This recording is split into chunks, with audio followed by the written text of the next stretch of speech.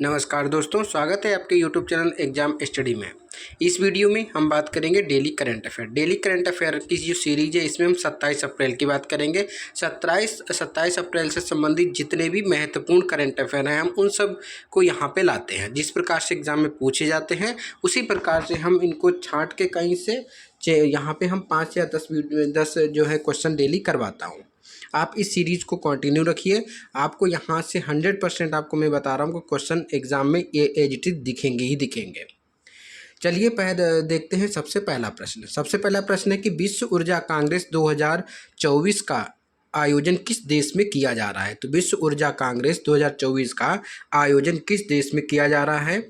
इसका सही आंसर है नीदरलैंड। तो नीदरलैंड में इसका सही आंसर है। अब देखते हैं इसका डिस्क्रिप्टिव पार्ट कि भारतीय अक्षय ऊर्जा विकास संस्था लिमिटेड, जिसको इरेडा बोलते हैं, इसके अध्यक्ष एवं प्रबंध निदेशक प्रदीप कुमार दास। इसके अध्यक्ष और प्रबंध निदेशक को भी आप ये लोग याद रखिए, ये भी कभी कभी एक फैक्चुअल टाइप में क्वेश्चन पूछा जा सकता है। तो प्रदीप कुमार ने नीदरलैंड के रॉटरडम में आयोजित विश्व ऊर्जा कांग्रेस कहाँ हुई थी। तो नीदरलैंड के रॉटरडम में, ये भी नाम आप लोग याद रखिए। वर्ल्ड एनर्जी कांग्रेस के 26वें संस्करण में भाग लिया। साथ ही उन्होंने कहा कि भारत नवीकरणीय ऊर्जा स्थापित क्षमता में विश्व स्तर पर चौथे स्थान में है। तो भारतीय नवीकरणीय जो ऊर्जा स्थापित में कौन से स्थान पे है। तो चौथे स्थान पे, इसको भी आप याद रखिए। नेक्स्ट प्रश्न की ओर बढ़ते हैं। अमिताभ चौधरी को किस बैंक के एमडी और सीईओ के रूप में फिर से नियुक्त किया गया है। तो अमिताभ चौधरी को किस बैंक के एमडी और सीईओ के रूप में नियुक्त किया गया है। तो यह है एक्सिस बैंक के एमडी और सीईओ बनाए गए हैं। देखते हैं कि एक्सिस बैंक ने हाल ही में अमिताभ चौधरी को बैंक के एमडी और सीईओ के रूप में पुनर्नियुक्त किया है। एक्सिस बैंक बोर्ड ने चौधरी को 1 जनवरी 2025 से 3 साल के लिए नियुक्त किया है और यह 3 साल का इनका 3 साल का दूसरा विस्तार होगा। चौधरी 2019 में एमडी और सीईओ के रूप में बैंक में शामिल हुए थे। इससे पहले वह HDFC लाइफ के एमडी और सीईओ भी रह चुके हैं। तो ये भी आपको याद रखना है। नेक्स्ट प्रश्न की ओर बढ़ते हैं। हाल ही में चर्चा में रहा भारतीय ऐतिहासिक अभिलेख आयोग किस मंत्रालय के तहत कार्यरत है। तो हाल ही में चर्चा में रहा भारतीय ऐतिहासिक अभिलेख आयोग किस मंत्रालय के तहत कार्यरत है। तो इसका सही आंसर है संस्कृति मंत्रालय, इसका सही आंसर है। केंद्रीय संस्कृति मंत्रालय के तहत कार्यरत भारतीय ऐतिहासिक अभिलेख आयोग ने एक नया लोगो और आदर्श वाक्य अपनाया है। यह अभिलेखी मामलों का एक शीर्ष सलाहकारी निकाय है और इसकी स्थापना साल 1919 में की गई थी। किसकी। तो आप लोग इसको याद रखिए कि भारतीय ऐतिहासिक अभिलेख आयोग की स्थापना कब हुई थी। 1919 में, और ये संस्कृति मंत्रालय के अधीन आता है। नेक्स्ट प्रश्न की ओर बढ़ते हैं। भारत की पहली बहुउद्देशीय ताप और बिजली ग्रीन हाइड्रोजन पायलट प्रोजेक्ट की शुरुआत किस राज्य में की गई।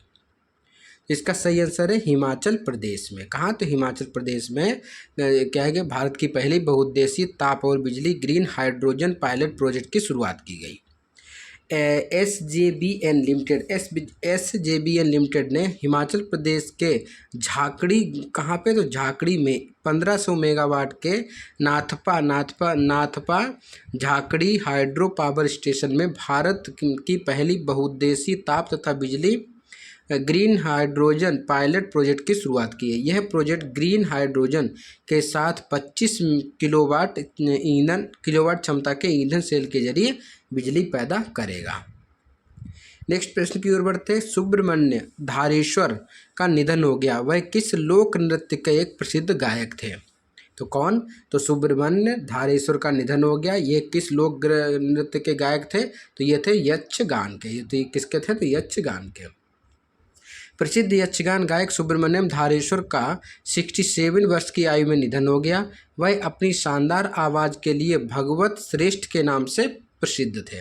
सुब्रमण्यम धारेश्वर ने यक्षगान के क्षेत्र में 46 वर्षों तक सेवा की। यक्षगान पारंपरिक पारंपरिक लोक नृत्य का रूप है और जो कर्नाटक के तटीय क्षेत्रों में प्रसिद्ध है। तो यक्षगान कहाँ का है? तो कर्नाटक का, ये भी आप लोग याद रखिए। ये लोक नृत्य पड़ोसी राज्य केरल के थय्यम कला थय्यम कला के रूप में मिलता है। तो केरल की थय्यम कला के रूप में इसको जाना जाता है केरल में, और कर्नाटक में इसको यक्षगान कहते हैं। तो ये भी आप लोग याद रखिए।